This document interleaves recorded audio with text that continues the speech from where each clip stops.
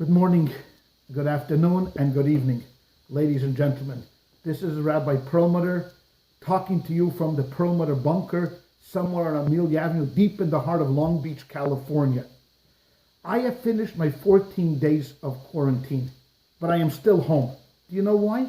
Because something very strange happened during those 14 days that I was here with my wife alone. I fell in love with her all over again, and I just can't stand the thought of being away from her. I'm with her again. 1 second. I hear a door slamming. Chani!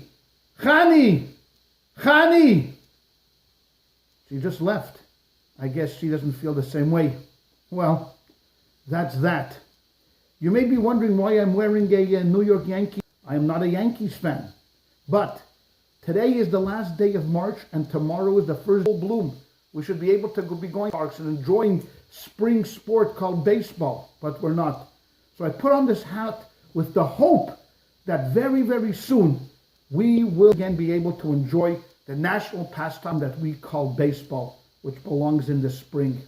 And I'm wearing a New York Yankees hat simply because, as many of you know, New York has been the epicenter of this terrible, terrible, terrible virus and disease. And therefore, I am shouting out to all my friends in New York, and especially to my brother-in-law Benji, who's been a bit under the weather, that our hearts are with you, that you should stay strong, New York strong, and be able to overcome this. And you should show the nation of how tough you really are.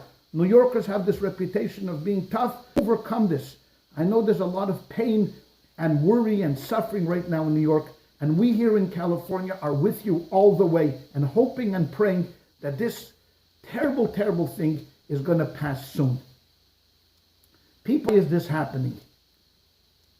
Why is this happening? I'll be honest with you, ladies and gentlemen, I don't know. Something else. No one knows. All I know is that Hashem has sent this here and He is going to take this away quickly. Our ways are not His ways. Our thoughts are not His thoughts. Our accountings are not His accountings. And no one knows the reason why this has come upon us. The question we should be asking ourselves is, what should I be doing now? So I want to share with you. Many of you I know are alone. So the first thing I want to say to you, you are not alone and don't be alone. Do not be alone. But Rabbi, there's no one else in my apartment, no one else in my house. Do you know why Facebook was created? Do you think Facebook was created to make Mark Zuckerberg a billionaire? No. Facebook, Google, Microsoft, they were all created just for this moment, for you to be connected. Don't be a technological person.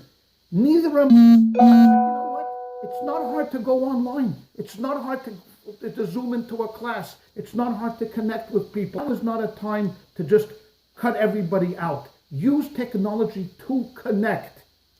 Okay? Number 2, stay healthy. Don't do anything that's going to jeopardize the health of your medical experts are telling us to do. Wash your hands frequently. Stay home unless you absolutely must go out. Use social distancing when you're outside. Stay away. Everything to keep yourself healthy and your family healthy, to manage this terrible disease, and eventually we'll get over this. Use time wisely and stay positive. There's going to become a time, ladies and gentlemen, we're going to go back to our normal lives. Hustle and bustle of school, getting back to our daily routines. And we're going to look back and see that we had enough time in our hands. We are now all at home. And I know that some are working from home and continue to do that. Stay in a routine. Very good. But for those who have some extra time, use that time wisely. I'm going to make a radical suggestion. Radical. Read a book. Hopefully the Torah. I know reading, Rabbi, reading. Yes. Read 25 books that I started and I have lined up over here. Use our time wisely. There's a thing called a telephone. Call your family and friends. Call loved ones, people that you didn't connect with. Afraid. Go out there. And stay positive, ladies and gentlemen. I know many of us are anxious and many of us are under stress. We don't know. This is a war. We are fighting a war against an enemy that is called the coronavirus. I understand that. But right now, For your well-being, you have to, when you feel stressful, there'll be plenty of time for exercise after this is over.